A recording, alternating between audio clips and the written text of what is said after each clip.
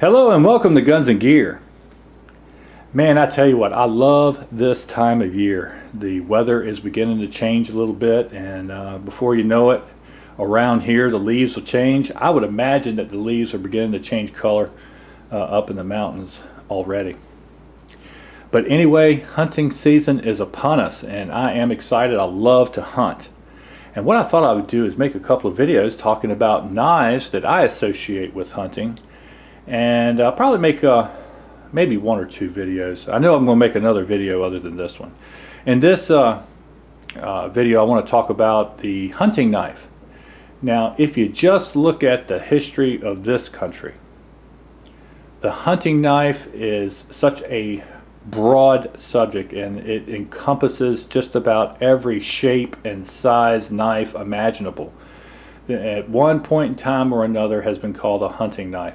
If you just look at the formation of this country and the early years, the pioneer years of this country, my gracious, all the different shapes and sizes of knives is staggering, absolutely staggering, from plain old butcher knives to exotic knives and everything in between, from small knives to long knives. Matter of fact, man, it's just, it's hard to state what is the quintessential hunting knife, because it has been defined so many different ways. For my video, I thought I would sort of give y'all the what I look to these days as a hunting knife, and believe me, my definition has changed over the years as well. I look at a hunting knife as being that belt knife, that knife that you have on your person the whole time that you're in the woods, and that can handle a broader variety of tasks than, let's say, a skinning knife could, okay?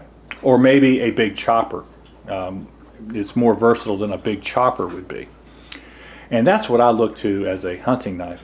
Some of my favorite types of hunting is hunting large sections of land, and like when I go up, I'll spend a couple of weeks up in the mountains, and you know, I'll set up a tent, and I have all the comforts that you can have when you have a good sized tent. But I will often move up several miles into the mountains and maybe set up a spike camp for a couple of days and hunt from that little spike camp. And so a good serviceable, a good versatile knife is definitely an advantage and something that I look towards. And because that I consider it a belt knife, and because I consider it for the task at hand, I usually will pick a knife that is good at the smaller, more mundane cutting tasks, and not so much chopping and splitting and batoning and things of that nature, because I will have either a small axe or a hatchet with me. So with all of that being said, let's talk about a few knives.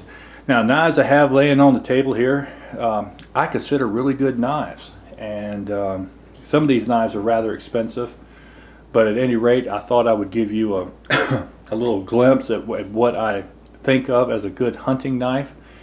And you know what, I'm going to make another video talking about skinning knives, because for most of my adult life I've carried a dedicated skinning knife, and that skinning knife to me is good for processing game. It's also good for, you know, other camp tasks that involves cutting up food and things of that nature. All the other cutting tasks will be handled by this belt knife or maybe a pocket knife. So with that, let's go ahead and get started. This first knife up is a Bowie knife, and I love a Bowie knife. One of my favorite blade shapes of all time, and I love this style of Bowie knife. Now, this is made by A.G. Russell, and it's called a Sandbox Bowie, and it is an expensive knife. It's made with a high carbon steel called DM1, and it has a black finish on it that supposedly has a harder Rockwell hardness than the steel made of the knife. As you see, I have used it a little bit. I've done a little chopping. I have not done any batoning or anything with it. But one of the things that I like about this knife is that it has a sort of a what's called a saber grind or a double bevel grind, and it is a rather medium grind on this knife. It's not really thick, and it has a good sharp edge bevel to it that would allow this knife to be used for some of the finer tasks, and the tip is very pointy, and I like that in a knife. Now the next knife is a Canadian pattern knife, very cool knife. This is a knife from Burke River Knives, and it's called the Canadian Camp Knife 2, I believe. At any rate, this has an 8-inch blade, very broad, very long knife, and it has that leaf shape to it that is often associated with some traditional Canadian knives. It is an outstanding knife. It's made of A2 steel, and Burke River often uses A2 as their proprietary, if you will, high carbon steel. And check out this handle. This is antique stag with has a little spacer put in there of micarta because this is a camp knife, and I guess when they engineered this knife, they figured that this knife would take a beating every now and then, and so to protect the stag antler, they put a little piece of composite of this micarta forward, because you may be batoning with this knife some. One of the features that I like about this knife is this excellent butchering type of blade. It does have a convex grind, but the convex grind really comes to a fine edge, and it's very sharp out of the box, and I look forward to using that knife. It's a beautiful knife. The next knife is a knife that I'm very, very excited about. This knife is from Beck Knives, and it is a beautiful, beautiful knife. Now, this is not standard to his line of knives. His standard line of knives, I think it's called the Bush Pilot series. At any rate, has more of a ricasso / half choil type thing at the bottom, and I do not like choils. I do not like them at all, or any width to a ricasso, because to me that just takes away from good usable edge of a knife. Now, this knife is made of O1 steel. It's 3/16 of an inch thick. It has micarta, white micarta handles with red liners, and it also has a tapered tang, as you can see, which is very well done. The quality of the Beck knife is just absolutely outstanding. I have a couple of his knives, and I could not be more pleased. This is a Bowie style of a blade, once again, which I find to be very versatile in this role. The next knife is another Burke River knife. This is called the Teddy, after Theodore Roosevelt, our past president, and probably one of our most celebrated outdoorsman presidents. Anyway, this has got a blade of just a tad over 6 inches, and again, it has a stag handle, and it has a guard, and I just absolutely love this knife. It has a stick or rat tail type of a tang. It is full length, as you can see. This is where it is attached with this bolt. But at any rate, this is a super strong, durable knife. I have beat a lot on this knife, and it has withstood a lot of punishment and what some people may consider abuse. But at any rate, just a great knife. The next knife up is a knife that I got last year. This is from Survive Knives, and this is the 6.0. Once again, there's usually options for some of Survive's knives, some of them having a ricasso and a choil, a choil, and others not, and I chose the ones that do not have it. I have this knife, the 6.0, and I also have the 5.0. Now, they're very basic in design. They use 3V steel at 3/16 of an inch. It is a shame that they rounded off the spine of the knife. I guess even though they were building knives for supposedly survival and things of that nature, they saw no value in being able to scrape natural materials to create tinder or to strike a ferro rod. But the guy that owns this company, he's not an outdoorsman, but he does make, or has designed, I should say, a very usable knife, and I like it very much. The next knife is a Skagle Design, and it's under a Skagle name. Okay, but that Skagle name was bought by Knife Ship Free, an online knife business, and they had these knives built by Bark River Knives, and this is just a wonderful knife. This is the medium Bowie knife, and it is outstanding. Very thick stock, lots of good lines, convex edge. The tip is very pointy yet very robust, as the grinds that form the swedge terminate right at the tip, which adds strength to that tip. This is another knife that is a stick tang. This is another knife that I've used quite a bit and I really enjoy it, and it's made of A2 high carbon steel.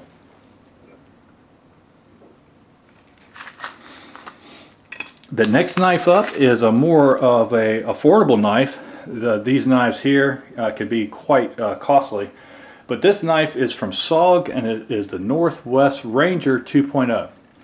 Now I think I've had this knife for about 3 years, if not 4, and I have to tell you, I've never been more impressed with an affordable knife than I am with this knife right here. I've used it exclusively. I've used it to skin larger game like whitetail and bear and hog, and it did that job remarkably well. And it is just a robust knife. It's made of AUS 8, or a lot of people call it AUS 8 stainless steel. And I have no idea about the tang. I don't know if it's a full size tang or if it's a stick tang. All I do know is I've batoned with this quite a bit, and I have carved with it, and I have done some light chopping, like delimbing a stick and things of that nature, and it has performed outstandingly. I've had this is, other than some stropping, I have not put a stone on this edge. This is the original edge of the blade, and there is no nicks, rolls, or anything else in the blade. Just a great outdoors knife, and it's in that 5-inch area. This knife right here, by the way, is 5.5 inches. I forgot to mention that. This is about 5 1/4. The next knife is yet another Bark River Knives. You will find in my knife collection, I have quite a few Bark River knives, and this knife uses CPM3V steel. This is in their Bravo series, and this is a sort of a tweener knife, if you will. It's in between the Bravo 1 and the Bravo 1.5. This is called the Bravo 1.25, and it's an exclusive of the Knife Connection.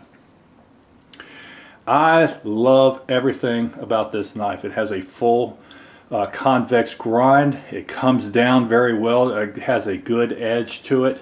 It is not going to be the best skinning knife, but you can use it for that. It's more of a medium duty knife. I have used it for harder duty.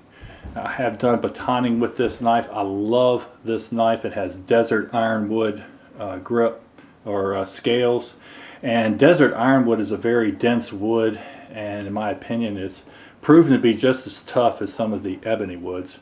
It's definitely one of the tougher hard woods for to be used as a knife scale.